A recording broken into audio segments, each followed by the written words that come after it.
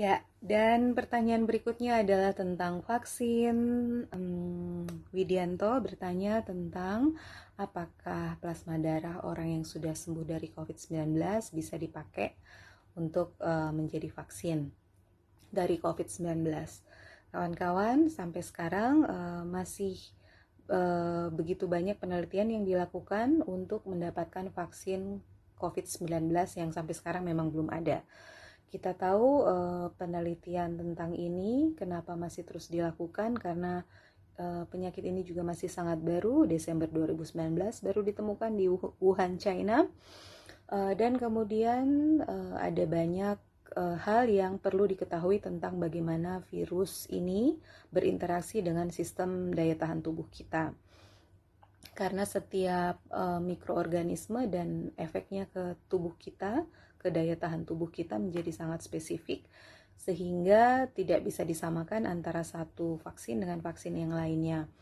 Proses untuk mencari vaksin masih terus dengan aktif dilakukan oleh banyak peneliti, banyak pemerintahan di seluruh dunia, dan kita harapkan hal ini cepat kita bisa dapatkan ya. Namun meskipun secara logika bahwa orang yang sudah terinfeksi COVID dan kemudian sembuh, dia sudah punya antibodi yang spesifik untuk COVID, tapi tidak sesederhana kita menggunakan plasma dari orang itu atau bagian-bagian dari sel-sel daya tahan tubuhnya untuk kita pakai sebagai vaksin.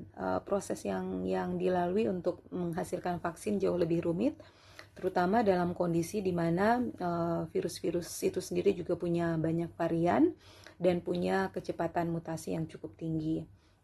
Kita juga tahu bahwa ada banyak laporan tentang reinfeksi atau infeksi ulang di antara orang-orang yang sudah pernah terinfeksi COVID sembuh dan kemudian mengalami infeksi lagi.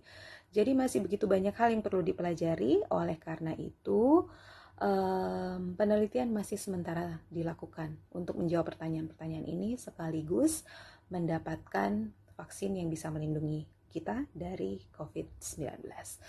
Demikian Widianto, mudah-mudahan sudah menjawab pertanyaannya ya.